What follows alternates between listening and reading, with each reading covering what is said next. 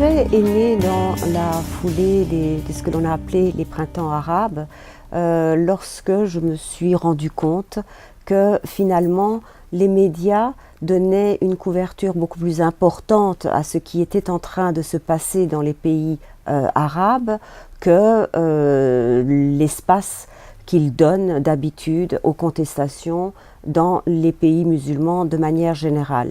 Et je pensais en particulier à un mouvement qui pour moi avait précédé les printemps arabes, c'est-à-dire le mouvement vert en Iran, un mouvement qui demandait le changement de valeurs, la liberté politique, la démocratie, et qui donc avait suscité beaucoup moins d'enthousiasme dans l'opinion publique occidentale.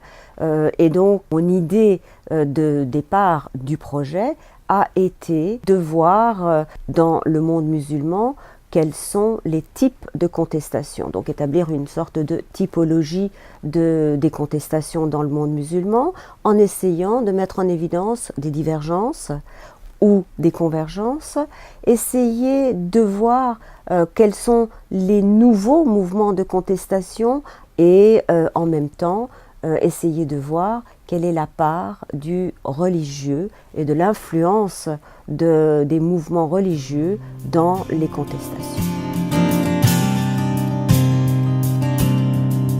C'est un projet tout d'abord multidisciplinaire et qui fait participer 3 équipes de l'ULB. D'une part, il y aura le LAMC qui va étudier les mouvements paysans en particulier, mais les mouvements sociaux de manière générale au Burkina Faso, mouvements qui s'inspirent de l'islam.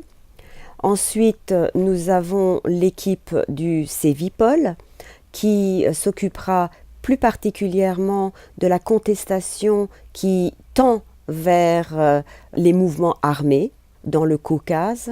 C'est encore une autre manière d'aborder les mécontentements dans le monde musulman. Et puis finalement, il y a mon équipe du CECID qui se penchera sur la contestation des femmes en prenant plus particulièrement 2 pays de référence, d'une part l'Iran et d'autre part l'Égypte.